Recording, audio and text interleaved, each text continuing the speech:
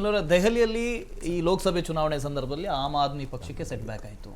ಈಗ ಹರಿಯಾಣದಲ್ಲಿ 0 ಇದೆ, ಮುಂದೆ ದೆಹಲಿ ಚುನಾವಣೆ ಕೂಡ ಬರ್ತಾ ಇದೆ.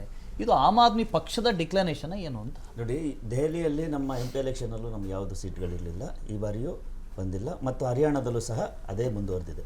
ಆಮೇಲೆ ನಮ್ಮ ಎಲೆಕ್ಷನ್ ನಾವು ಈ ಬಾರಿ ಯಾವಾಗ 2 ಎಲೆಕ್ಷನ್ಗಳಿಗೆ ಪ್ರತಿ ಎಲೆಕ್ಷನ್ಗೂ 1 ತಿಂಗಳು ನೋಡಿ, ಇವತ್ತು 9ನೇ ತಾರೀಕು, ಹೋದ ತಿಂಗಳು ಸೆಪ್ಟೆಂಬರ್ 9ನೇ ತಾರೀಕಿಗೆ ಇನ್ನೂ ಶೀಟ್ ಶೇರಿಂಗ್ ಆಗಿರಲಿಲ್ಲ ಹರಿಯಾಣದಲ್ಲಿ.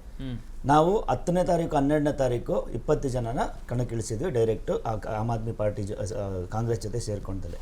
ಕಾಂಗ್ರೆಸ್ ಯಾವ ರೀತಿ ಚಿಂತನೆಗಳು ಮಾಡಿತ್ತಲ್ವ, ಆ ಚಿಂತನೆಗಳು ಆಮ್ ಆದ್ಮಿ ಪಾರ್ಟಿಗೂ ಒಂದು ಹಿನ್ನಡೆ ಉಂಟಾಗಿದೆ. ಯಾಕಂದರೆ ನಾವು ಈ ಎಲೆಕ್ಷನ್ನ 6 ತಿಂಗಳಿಂದ ನಾವು ನಡೆಸ್ತೀವಿ ಅಂತ ಗೊತ್ತಿದ್ದಿದ್ರೆ ನಮ್ಮ ಒಂದು ಸೀಟ್ ಏನು ಈಗ ನಮಗೆ ಬಂದಿರೋ ಅಂಕಗಳಲ್ಲಿ 1, 2, 3 ಬರುವಂಥ ಸಾಧ್ಯತೆಗಳಿತ್ತು. ಅದಾದಮೇಲೆ ಈ ಕಾಂಗ್ರೆಸ್ ಏನು ಮಾಡ್ತು ಅಂದರೆ, ಈ ರೈತಾಪಿ ಹೋರಾಟಗಳು ಏನಿದೆಯಲ್ಲ, ಹೋರಾಟಗಳು ಯಾವತ್ತಿದ್ರೂ ಪಕ್ಷದ ಹೋರಾಟಗಳಾಗೋದಿಲ್ಲ, ಅದು ರೈತರ ಹೋರಾಟಗಳಾಗಿತ್ತು. ಇವತ್ತು ಕಾಂಗ್ರೆಸ್ ಬರಲಿ, ಆಮ್ ಆದ್ಮಿ ಪಾರ್ಟಿ ಅಧಿಕಾರಕ್ಕೆ ಬರಲಿ, ಇನ್ನೊಂದು ಪಾರ್ಟಿ ಅಧಿಕಾರಕ್ಕೆ ಬರಲಿ, ರೈತರು ಹೋರಾಟ ಮಾಡೋರು ಮಾಡಲೇಬೇಕು. ಹೌದು. ಆಮೇಲೆ ಏನು ನೀವು ಕ್ರೀಡಾಪಟುಗಳ ಹೋರಾಟವಿತ್ತಲ್ಲ, ಕ್ರೀಡಾಪಟುಗಳ ಹೋರಾಟವಾಗಿತ್ತು. ಆದರೆ ಕಾಂಗ್ರೆಸ್ ಏನು ಮಾಡ್ತಿದ್ದು, ಇದನ್ನೆಲ್ಲ ಕ್ಯಾಪಿಟಲೈಸ್ ಮಾಡ್ಕೊಳಕ್ಕೆ ಹೋಯ್ತು. ಆಮೇಲೆ ಅವರೊಂದು ಭ್ರಮೆಯಲ್ಲಿದ್ದರು, ಈ ಕ್ಯಾಪಿಟಲೈಸ್ಗಳಿಂದ ನಾವು ಆಮ್ ಆದ್ಮಿ ಪಾರ್ಟಿ ಇಲ್ಲದೆಯೇ ಸಹ ರಾಜ್ಯದಲ್ಲಿ ಗೆಲ್ತೀವಿ ಅಂತ. ನಾವೇನು 20 ಮೊದಲಿಗೆ ಅನೌನ್ಸ್ ಮಾಡಿರೋ ಸೀಟ್ಗಳಿದೆಯಲ್ಲ, ಆ ಸೀಟು ಸ್ಟ್ರಾಟಜಿಕಲ್ ಸೀಟ್ಗಳು ನಮ್ಮದು. ಅದರಲ್ಲಿ ನಾವು ಸುಮಾರಂತೂ ನಾವು ಅವ್ರ ಹತ್ರ ಕೇಳಿದ್ದು ಮೊದಲು 10, ಫಸ್ಟ್ 20 ಕೇಳಿದ್ವಿ, ಆಮೇಲೆ 10ಕ್ಕೆ ಬಂದ್ವಿ, ಅವರು 3ಕ್ಕೆ ಬಂದರು. 5 ಸಹ ಅವ್ರು ನಮಗೆ ಕೊಡಲಿಲ್ಲ. ನಮ್ಮಲ್ಲಿ ಏನಿತ್ತು ಅಂದರೆ ಖಾತೆ ತೆಗೆಯೋದಕ್ಕೆ ನೋಡಿ ಸರ್, ಇದು ಇಂಡಿಯಾ ಮೈತ್ರಿಕೂಟದಲ್ಲಿ ನರೇಂದ್ರ ಮೋದಿ ಅವ್ರನ್ನ ನಾವು ರಾಹುಲ್ ಗಾಂಧಿ ಅವ್ರನ್ನ ಪ್ರಧಾನಮಂತ್ರಿ ಮಾಡಲಿ ಅಂತ ನಾವೇನು ಹೊರಟಿಲ್ಲ. ನಾವು ಹೊರಟಿರೋದು ಇಂಡಿಯಾ ಮೈತ್ರಿಕೂಟದಿಂದ ಒಂದು ಸರ್ಕಾರ ರಚನೆ ಮಾಡ್ತೀವಿ ಅಂತೇಳಿ. ಪ್ರತಿ ರಾಜ್ಯದಲ್ಲೂ ಏನು ಕರ್ನಾಟಕದಲ್ಲಿ ನಾವೇನಾದರೂ ಮೈತ್ರಿ ಮಾಡಿಕೊಂಡ್ರೆ ಮುಂದಿನ ದಿನಗಳಲ್ಲಿ ಮಾಡೋದಿಲ್ಲ, ಮಾಡಿದರೆ DK ಶಿವಕುಮಾರ್ ಅವ್ರನ್ನ ಆಗಲಿ, ಸಿದ್ದರಾಮಯ್ಯ ಅವ್ರನ್ನ ನಾವು ಕರ್ಕೊಂಡೋಗಿ ನಾವು ಮುಖ್ಯಮಂತ್ರಿ ಮಾಡ್ತೀವಿ ಅಂತ ಹೋಗೋದಿಲ್ಲ. ನಾವು ಜನರಿಗೆ ಏನು ಬೇಕು ಅನ್ನೋದಕ್ಕೆ ಹೋಗ್ತೀವಿ. ನಾವು ಯಾಕೆ ಅಧಿಕಾರದಲ್ಲಿ ಇರಬೇಕು ಅಂತ ಹೇಳ್ತೀವಂದರೆ, ನಮ್ಮ 3-4 ಜನ MLAಗಳು MP ಗಳು ಇದ್ದಲ್ಲಿ, ಸರ್ಕಾರದಲ್ಲಿದ್ದಲ್ಲಿ ಬದಲಾವಣೆಗಳು ಹೆಚ್ಚಾಗುತ್ತೆ. ಮತ್ತು ಈಗೇನು ನೀವು ಈ ಕರ್ನಾಟಕದಲ್ಲಿ ಫ್ರೀ ಬೀಸ್ ಅಂತ ಕರಿತೀರಾ, ಇಲ್ಲಾಂದರೆ ನೀವೇನು ಗ್ಯಾರಂಟಿಗಳು ಅಂತ ಕರಿತೀವಿ, ಅದನ್ನು ನಾವು ಡೆಲ್ಲಿಯಲ್ಲಿ ಏನು ಹೇಳ್ತೀವಿ, ಸೋಷಿಯಲ್ ಸೆಕ್ಯೂರಿಟಿ. ಇದು ಇಡೀ ಪ್ರಪಂಚದ ಮೇಲ್ದರ್ಜೆಯ ರಾಷ್ಟ್ರಗಳಲ್ಲಿರುವಂಥದ್ದು. US ಆಗಿರ್ಬೋದು, ಯುರೋಪಲ್ಲಾಗಿರ್ಬೋದು, ಐರೋಪ್ಯ ರಾಷ್ಟ್ರಗಳಲ್ಲಾಗಿರ್ಬೋದು, ಇದು ಸೋಷಿಯಲ್ ಸೆಕ್ಯೂರಿಟಿ ಅಂತ ಹೇಳ್ತಾರೆ. ನೀವೇನು ದುಡಿತಿದ್ದೀರಾ, ನಾನೇನು ದುಡಿತಿದ್ದೀನಿ, ನಾನು ದುಡಿಯೋ ದುಡ್ಡು ನಮ್ಮ ಇದಕ್ಕಾಗಬೇಕು, ನನ್ನ ಹೆಂಡತಿ ಮಕ್ಕಳಿಗೆ ಮತ್ತು ಶಾಲೆಗೆ, ಆರೋಗ್ಯಕ್ಕೆ ಸರ್ಕಾರ ಕೊಡಬೇಕು. ಯಾಕಂದರೆ ನಾವು ಪೆನ್ಸಿಲ್ ತಗೊಳ್ಳುವಾಗ, ಬೆಂಕಿಪಟ್ಟಣ ತಗೊಳ್ಳುವಾಗ ಟ್ಯಾಕ್ಸ್ ಕಟ್ತೀವಿ. ಆ ಟ್ಯಾಕ್ಸ್ ದುಡ್ಡೆಲ್ಲಿ ಹೋಗುತ್ತೆ, ಅದನ್ನು ವಾಪಸ್ ಜನಕ್ಕೆ ಕೊಡಿ ಅಂತ ನಾವು ಕೇಳ್ತಿರೋದು. ನಾವು ಯಾವುದು ತೊಗೊಬಂದು ಫ್ರೀ ಬೀಸ್ಗಳನ್ನ ಕೊಟ್ಟು ಶ್ರೀಲಂಕಾ ಥರ ಮಾಡ್ತೀವಿ ಅಂತ ಏನು ಹೇಳ್ತಾರೋ, ಇಲ್ಲ ಬಾಂಗ್ಲಾದೇಶ್ ಥರ ಆಗುತ್ತೆ ಅಂತ ಏನು ಹೇಳ್ತಾರಲ್ಲ, ಆ ಥರ ಮಾಡೋದಲ್ಲ. ಅದು ಯಾವಾಗ ಆಗುತ್ತೆ ಅಂದರೆ, ನೀವು ಫ್ರೀ ಬೀಸ್ಗಳು ಕೊಟ್ಟು, ಸೋಷಿಯಲ್ ಸೆಕ್ಯೂರಿಟಿಗಳನ್ನ ಕೊಟ್ಟು, ಅದರಲ್ಲೂ ಕೊಳ್ಳೆ ಹೊಡೆಯೋಕೆ ಹೋದಾಗ ಕರ್ನಾಟಕದಲ್ಲಿ ಏನಾಗಿದೆ ಆ ರೀತಿ ಆಗ್ತಾ ಇದೆ. ಇವತ್ತು ಒಂದು ನಿಮಿಷ ಇರಿ ಸರ್, ಎಲ್ಲ ನೀವೇ ಮಾತಾಡ್ತೀರಿ. ಮುಂದೆ ದೆಹಲಿ ಚುನಾವಣೆ ಬರ್ತಾ ಇದೆ. ಒಂದೇ ನಿಮಿಷ ಮುಂದೆ ದೆಹಲಿ ಚುನಾವಣೆ ಬರ್ತಾ ಇದೆ. ಆ ದೆಹಲಿ ಚುನಾವಣೆ ಮೇಲೆ ಈ ಫಲಿತಾಂಶ ಹೇಗೆ ಪ್ರಭಾವ ಬೀರುತ್ತೆ? ಇದು ಮುಖ್ಯವಾಗಿ ನಮಗೆ ಬೇಕಾಗಿದ್ದಂಥ ಫಲಿತಾಂಶನೇ ಆಗಿದೆ. ಯಾಕಂದ್ರೆ ಇಲ್ಲಿ ನಾವೇನಾದರೂ ಕಾಂಗ್ರೆಸ್ ಜೊತೆ ಸೇರ್ಕೊಂಡಿದ್ದು, ಇಲ್ಲ ಅಂದರೆ ಮೈತ್ರಿಕೂಟದಲ್ಲಿದ್ದಾಗ ನಮ್ಮ ದೆಹಲಿಯಲ್ಲಿ ಅವ್ರ ಜೊತೆ ಶೇರಿಂಗ್ ಮಾಡಬೇಕಾಗಿತ್ತು. ಈಗ ಏನಾಗಿದೆ ಅಂದರೆ ಸರ್, ಎಲ್ಲ ಪಕ್ಷಗಳು ನಾವು JDSಗೂ ಸೇರಿ ಹೇಳ್ತಾ ಇರೋದು, ಚಿಕ್ಕ ಪಕ್ಷಗಳು ಈ ಏನಾಗುತ್ತೆ, ಕಾಂಗ್ರೆಸ್ ಅಥವಾ BJP ಅಂತ ಪಕ್ಷಗಳು ಏನು ಮಾಡ್ತಾವೆ ಅಂದರೆ, ಇದೊಂದು ತಿಮ್ಮಿಂಗಳಾಗಿರುತ್ತೆ ನನಗೆ. ಇವರು ಮೈತ್ರಿಕೂಟದೊಳಗೆ ಒಳಗಡೆ ಕರ್ಕೊಂಡು ನಮ್ಮನ್ನ ಟ್ರ್ಯಾಪ್ ಮಾಡುವಂತ ಇದು. ಆಮೇಲೆ ಇಡೀ ದೇಶದಲ್ಲಿ ಇಲ್ಲ ಸರ್, ಇದು ಇವತ್ತಲ್ಲ, ನಾನು ಇಲ್ಲೆಲ್ಲ ಎಲ್ಲ ಚಾನೆಲ್ಗಳು ಇದೇ ಮಾತಾಡಿದ್ದೀನಿ. ನಮ್ಮ ಸಹೋದ್ಯೋಗಿಗಳು ನಮ್ಮ ಜೊತೆ ಇದೆ. ನಾವು ಕಾಂಗ್ರೆಸ್ಸಿಗೆ ಅತಿಯಾಗಿ ಬೈಯೋರು ಅವ್ರುಗಳಲ್ಲಿ ನಾನೊಬ್ಬ. ಆಮೇಲೆ ಇನ್ನೊಂದೇನಾಗುತ್ತೆ ಅಂದರೆ, ನಮ್ಮದು ರಾಷ್ಟ್ರೀಯ ಪಕ್ಷ 2 ರಾಜ್ಯದಲ್ಲಿ ಅಧಿಕಾರದಲ್ಲಿದ್ದೀವಿ ನಾವು. ಗೋವಾದಲ್ಲಿ ನಮ್ಮ MLAಗಳಿದ್ದಾರೆ, ಗುಜರಾತಲ್ಲಿದ್ದಾರೆ. ಆಮೇಲೆ ನಮಗೇನು ಅತಿ ಅರ್ಜೆಂಟ್ ಇಲ್ಲ ಸರ್. BJP 25 ವರ್ಷ ತಗೊಂಡಿತ್ತು, ನಾವಿನ್ನು 10 ವರ್ಷ ಅಂಬೆಗಾಲ್ ಆಗ್ತಾ ಇದೀವಿ. ನಮ್ಮ ತಪ್ಪುಗಳು ಮಾಡ್ತಾ ಇರ್ತೀವಿ. ನಮ್ಮಲ್ಲೂ ಅಧಿಕಾರದಲ್ಲಿ ತಪ್ಪುಗಳಾಗುವಂಥದ್ದೇ. ಇನ್ನೂ ಅತಿ ಹೆಚ್ಚಾಗಿ ನೀವು ಎಲ್ಲ ರಾಜ್ಯಗಳಲ್ಲಿ ನಮಗೆ ಅಧಿಕಾರ ಕೊಟ್ಟಾಗ ಏನಾಗುತ್ತೆ, ತಪ್ಪುಗಳು ಇನ್ನೂ ಹೆಚ್ಚಾಗುತ್ತೆ. ನಾವು ಕಾಯ್ತಾ ಇದೀವಿ. ಆದ್ರೆ ಬೇಡ ಸರ್, ಬೇಡ. ಆದ್ರೆ ಒಂದಿನ ಇವತ್ತು ಇಡೀ ದೇಶದಲ್ಲಿ BJPಯ ನರೇಂದ್ರ ಮೋದಿ ಅವರ ಏನಾದ್ರೂ ಡೌನ್ ಟ್ರೆಂಡ್ ಆಗ್ತಿದೆ, ಅವ್ರ ಬಗ್ಗೆ ಮಾತಾಡ್ತಿದ್ದಾರೆ ಅಂದ್ರೆ ಇದು ಕಾಂಗ್ರೆಸ್ ಮಾತ್ರ. ಒಂದ್ ನಿಮಿಷ ಹೇಳ್ತೀನಿ, ಕಾಂಗ್ರೆಸ್ ಅಲ್ಲ ಸರ್, ಅದನ್ನ ಪೂರ್ತಿ ಹೇಳ್ತೀನಿ, ಪೂರ್ತಿ ನಿಮ್ಗೆ ಗೊತ್ತಾಗುತ್ತೆ. ಇದು ಕಾಂಗ್ರೆಸ್ ಮಾಡಿರೋ ಇದಲ್ಲ. ಕಾಂಗ್ರೆಸ್ಸಿಗೆ ಏನು ಇಡೀ ದೇಶದಲ್ಲಿ ನಾವು ಮೇಲು ಬರ್ತಾ ಇದೀವಿ ಅಂತ ಹೇಳ್ತಿದಾರಲ್ಲ, ಗದಿ ಕಾಂಗ್ರೆಸ್ ಅಲ್ಲ. ಅರವಿಂದ್ ಕೇಜ್ರಿವಾಲ್ ಅವರು ಆಮ್ ಆದ್ಮಿ ಪಾರ್ಟಿಯು ಸಮೇತ ಸೇರಿ ಬಿಜೆಪಿ ಡೌನ್ ಟ್ರೆಂಡ್ ಆಗ್ತಾ ಇತ್ತು. ಇವತ್ತು ಏನು 20 ಜಾಗಗಳಲ್ಲಿ ಡೈರೆಕ್ಟ್ ಆಗಿ 10 ಜಾಗಗಳಲ್ಲಿ ಆಮ್ ಆದ್ಮಿ ಪಾರ್ಟಿ ಏನು ಕಾಂಗ್ರೆಸ್ ಇವತ್ತು ಸೋಲ್ತಾ ಇದೆಯಲ್ಲ, ನೀವು ಕೊನೆ ಫಲಿತಾಂಶಗಳನ್ನ ತೆಗೆದು ನೋಡಿ, ಅದರ ಶೀಟ್ ಅದರ ವೋಟ್ಗಳು ನಮಗೆ ಎಷ್ಟು ಬಂದಿದೆ, ಎಷ್ಟು ಎಫೆಕ್ಟ್ ಆಗಿದೆ ಅನ್ನೋದನ್ನ ಗೊತ್ತಾಗುತ್ತೆ. ಆಮೇಲೆ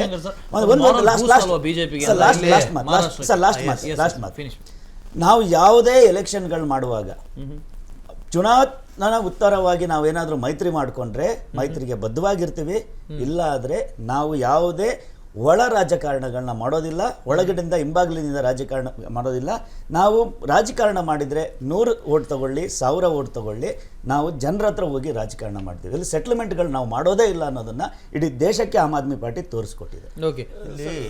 ಶಿವಶಂಕರ್ ಸರ್, ನಿಮಗೆ ಮತ್ತೆ ಮಾರುತಿ ಸರ್ಗೆ ಒಂದು ಪ್ರಶ್ನೆ ರೈಸ್ ಮಾಡ್ಬಿಡ್ತೀನಿ ಸರ್. ಇದು ನಿಜವಾಗ್ಲೂ ಅವಶ್ಯಕತೆ ಇದೆ ಈ ಸಂದರ್ಭದಲ್ಲಿ. ಕರ್ನಾಟಕ ರಾಜ್ಯ ಇಲ್ಲಿ ಪ್ರೀಬಿಸ್ ಗ್ಯಾರಂಟಿ ಯೋಜನೆಗಳೇನಿದೆ ಇದನ್ನು ಮಾಡಿದ್ರೆ ನಮ್ಮ ರಾಜ್ಯದಲ್ಲಿ ಒಳ್ಳೆ ಆದಾಯ ಇದೆ. ಅದೇ ಆದಾಯವನ್ನು ಎಲ್ಲ ಜನರಿಗೂ ಹಂಚ್ಬೋದು. ಆದರೆ ಕಾಂಗ್ರೆಸ್ ಪಕ್ಷ 21 ಗ್ಯಾರಂಟಿಗಳನ್ನು ಕೊಟ್ಟಿದೆ. ಎಲ್ಲಿ? ಜಮ್ಮು ಕಾಶ್ಮೀರಕ್ಕೆ 21. ಹೆಣ್ಣು ಮಕ್ಕಳಿಗೆ 3,000 ರೂಪಾಯಿ, 11 kg ಅಕ್ಕಿ, 500 300 ಯೂನಿಟ್ ಫ್ರೀ.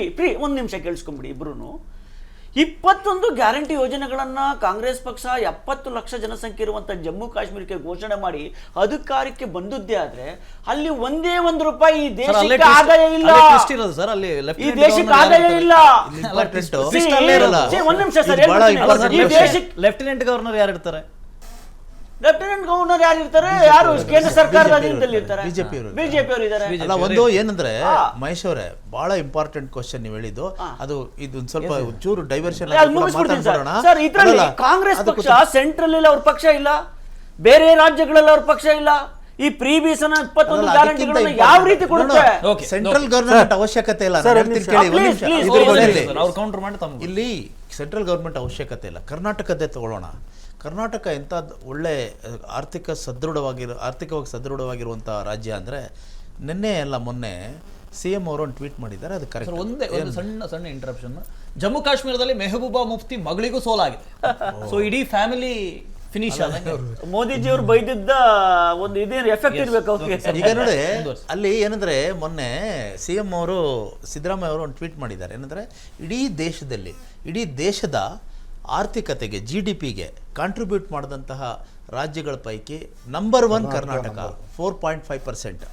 ಆಮೇಲೆ ಸ್ಟೇಟ್ ಇದು ಟ್ಯಾಕ್ಸ್ ಕಲೆಕ್ಷನಲ್ಲಿ ನಂಬರ್ 1 ಇರೋದು ಕರ್ನಾಟಕ. 1,89,000 ಇದು ಸ್ಟೇಟ್ ಓನ್ಸ್ ಟ್ಯಾಕ್ಸ್. ಆಮೇಲೆ GST ಕಾಂಟ್ರಿಬ್ಯೂಷನ್ ನಂಬರ್ 2 ನೀವು ಹೇಳ್ತಾ ಇರೋದು. 1,89,000 ಕೋಟಿ ಇದು ಸ್ಟೇಟ್ ಓನ್ ಟ್ಯಾಕ್ಸ್ ಈ ಆರ್ಥಿಕ ವರ್ಷದಲ್ಲಿ ಕಲೆಕ್ಷನ್ ಆಗ್ತಾ ಇರೋದು. ಏನು ಪ್ರಯೋಜನ? ಏನಂದರೆ, ಆದರೆ ಈಗ ಪ್ರಕಾಶ್ ರಾಥೋಡ್ ಅವರು ಹೇಳ್ತಾ ಇದ್ದಾರೆ ಯಾವುದೋ ಅಭಿವೃದ್ಧಿ ಕೆಲಸಗಳು ನಿಂತಿಲ್ಲ ಅಂತ. ಅದನ್ನೇನಾದರೂ ಅವರು MLC ಆಗಿದ್ದಾರೆ, ಆ ಕಾಂಗ್ರೆಸ್ MLAಗಳನ್ನು ಕೇಳಲಿ, ಏನಾದರೂ MLA ಲ್ಯಾಂಡ್ಗೆ ಒಂದು ನಯಾ ಪೈಸಾ ಬಂದಿದೆಯಾ ಅಂತ. ಒಂದು ನಿಮಿಷ. ಆದರೆ ಇಲ್ಲಿ ಯಾವಾಗ ಇದಾಗುತ್ತೆ, ಗ್ಯಾರಂಟಿ ಸ್ಕೀಮ್ಸನ್ನು ಮಾಡಿ ಅಭಿವೃದ್ಧಿ ಮಾಡಬಹುದಾಗಿತ್ತು. ಸಿದ್ದರಾಮಯ್ಯ ಅವರು 14-15 ಬಜೆಟನ್ನು ಪ್ರೆಸೆಂಟ್ ಮಾಡೋದು ಆರ್ಥಿಕ ತಜ್ಞರು. ಪ್ರಾಬ್ಲಮ್ ಏನಾಗಿದೆ ಗೊತ್ತಾ? ಇಲ್ಲಿ ದುಂದು ವೆಚ್ಚ. ಅಂದರೆ ಜನ ಟ್ಯಾಕ್ಸ್ ಕಟ್ತಾ ಇದ್ದಾರೆ, ಆ ಟ್ಯಾಕ್ಸನ್ನೆಲ್ಲ ದುಂದು ವೆಚ್ಚ ಮಾಡಿದ್ರೆ ನಮಗೆ ಸಿದ್ದರಾಮಯ್ಯ ಅವ್ರದ್ದು ಭಾಳ ದೊಡ್ಡ ಆಶ್ಚರ್ಯ ಆಗಿದೆ ಏನಂತಂದರೆ, 91 ಜನ ಈ ಕ್ಯಾಬಿನೆಟ್ ದರ್ಜೆಗೆ ಕೊಟ್ಟು ಅವರಿಗೆ ಕಾರು ಬಂಗ್ಲೆ ಇಂಥದ್ದೆಲ್ಲ ಕೊಟ್ಟು ಹೆಂಗೆಂದರೆ ದಂದಿ ಮಾಡಿ ಬಿಸಾಕ್ತಾ ಇದ್ದಾರೆ ದುಡ್ಡನ್ನು. ಆಮೇಲೆ ಹೆಂಗಂದ್ರೆ ಹೆಂಗೆ ಅಂದರೆ ಭ್ರಷ್ಟಾಚಾರ ಒಂದು ಕಡೆ, ದುಂದು ವೆಚ್ಚ ಒಂದು ಕಡೆ. ದುಂದು ವೆಚ್ಚ ಕೂತು ತಿನ್ನೋವನಿಗೆ ಕುಡಿಕೆವನ್ನು ಸಾಲಲ್ಲ ಅಂತ ಹೇಳ್ತಾರೆ. ದುಂದು ವೆಚ್ಚ ಮಾಡೋವನಿಗೆ ದಂಡಿ ಹಣ ಕೂಡ ಸಾಕಾಗೋದಿಲ್ಲ. ಈ ಕರ್ನಾಟಕ ಸರ್ಕಾರದ ಪ್ರಾಬ್ಲಮ್ ಏನಂದರೆ, ಗ್ಯಾರಂಟಿ ಸ್ಕೀಮ್ಸ್ ಅಲ್ಲ. 2,000 ರೂಪಾಯಿ ಕೊಡ್ತಾ ಇದ್ದೀರ ಪಾಪ, ಗೃಹಲಕ್ಷ್ಮಿ ತಗೊಂಡು ಚೆನ್ನಾಗಿರಲ್ಲ. ಆದರೆ ನಿಮ್ಮದು ಗ್ಯಾರಂಟಿ ಸ್ಕೀಮಿಂದ ಅಲ್ಲ.